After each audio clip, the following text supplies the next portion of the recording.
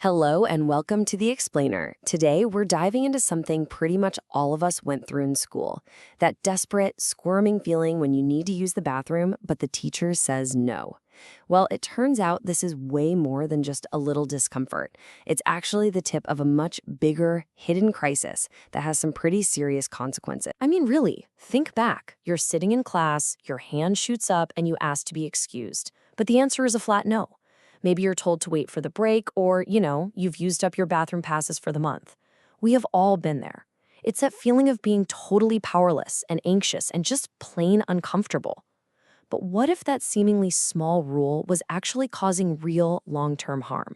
Okay, let's get into it. So, this gets us to a really fundamental question. Inside our schools, is going to the bathroom a basic human right? Or is it some kind of privilege a teacher can just grant or take away? And the answer? Well, it shows a really weird contradiction in how we treat kids versus how we treat adults. And here it is, a really stark double standard. For working adults, labor laws and even the courts protect their right to use a restroom when they need to. It's a given. But for kids, that same basic biological need is often treated like a privilege. It gets policed, it gets restricted, and the justification is usually something like, we're preparing you for the real world. But here's the irony. That real world already gives adults the very freedom that these kids are being denied. But look, this isn't just about what's fair or what's comfortable. The stakes are so much higher than that. We are talking about major medical risks. There's a growing mountain of evidence, all backed by doctors and medical professionals, that shows forcing a kid to hold it can have some really severe health consequences. And these dangers are serious. I mean, we are not talking about a little bit of discomfort here. Forcing urine retention can lead to really painful urinary tract infections because bacteria gets a chance to build up. If it happens over and over, it can actually stretch the bladder out, cause kidney infections, and even lead to the kidneys starting to deteriorate. And the risks for the bowels? Just as bad.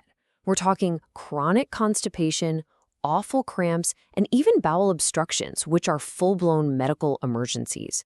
And maybe the most insidious part is that this whole practice can mess with the brain's signals, literally desensitizing it to the body's natural cues, creating lifelong problems. The medical community has really put its foot down on this, and their conclusion is just stark. A whole coalition of experts, we're talking pediatric urologists, psychologists, dozens of them, signed a statement. They said that the practice of denying, delaying, discouraging, penalizing, or interfering in any way with a child's normal bodily function of waste elimination should be considered a form of child abuse and neglect. Let that sink in. Child abuse. That's a powerful and frankly deeply unsettling way to reframe a common school rule. But behind all these medical facts and expert opinions, there are real kids. And to really get the human cost of these policies, let's talk about one student's story.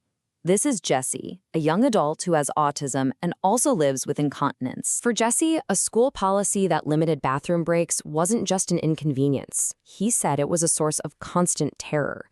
His school, just like so many others, limited bathroom passes to get students ready for the workplace.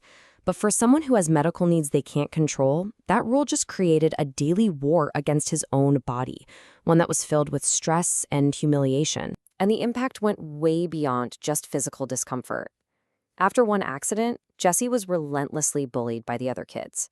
The school administration even decided that his need for incontinence products was inappropriate, and they barred him from going on certain school activities. So he was left totally isolated and shamed, not for anything he did wrong, but because the system itself just wasn't willing to accommodate a basic human need. Jesse's story also shines a light on a much broader issue, one that stretches far beyond the classroom walls. For so many families, this isn't just a problem of bathroom access at school. It's about whether they can even get their hands on essential hygiene products in the first place. This is what's known as the diaper gap. It's defined as a national health crisis where families literally cannot afford the diapers, the pull-ups, or any other incontinence supplies their kids need. And this crisis is only getting worse with rising costs and the fact that government aid programs like WIC and SNAP usually don't cover these items. They're considered essential, but they're not covered. The scale of this problem is just staggering. As you can see right here, 1 out of every 3 families in the US says they struggle with diaper need. Just think about what that means for a second. For millions of families, something that's a medical necessity is also a huge financial burden. And without these products, kids are at risk for infections, and they might not be able to go to daycare or school, which in turn can stop a parent from being able to go to work.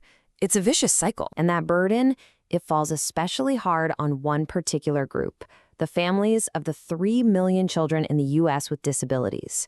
For these families, incontinence isn't a rare thing. It's often a daily reality that comes with conditions like autism, Down syndrome, or cerebral palsy. And these families are already facing immense financial pressure. People with disabilities are twice as likely to live in poverty. So the never-ending cost of diapers just becomes another crushing weight on top of everything else. And this is not just a problem in the US. Over in Switzerland, educators are reporting a really worrying trend of kids as old as 11 showing up to school in diapers. Now, the reasons are complicated. It could be anything from developmental issues to parents finding it more convenient. But it just goes to show you that these challenges around child hygiene and access to resources are part of a much bigger global conversation. Okay, so the problem is clear. It's got a lot of different layers, and it is serious. But it's not unsolvable. So let's talk about the path forward and what can actually be done to start fixing this hidden crisis. Real change can start from the ground up. Sources actually lay out a pretty clear roadmap for students. First step, talk to your parents or another trusted adult. Explain the health risks. Next, try having a respectful, private conversation with your teacher. If that doesn't get you anywhere, the next step is the principal. You can also get organized. Share this information with your friends, start a petition, bring it up with a student council. The bottom line is, your voice really does matter. And that really brings us to our final thought for today. Beyond all the medical risks and the social struggles, what's the deeper lesson we're teaching here? When we take a fundamental human right, the right to take care of your own body's needs, and we twist it into a privilege that can be earned or lost, what are we actually teaching our kids about their health, their bodily autonomy, and their own self-worth? That's a question really worth thinking about.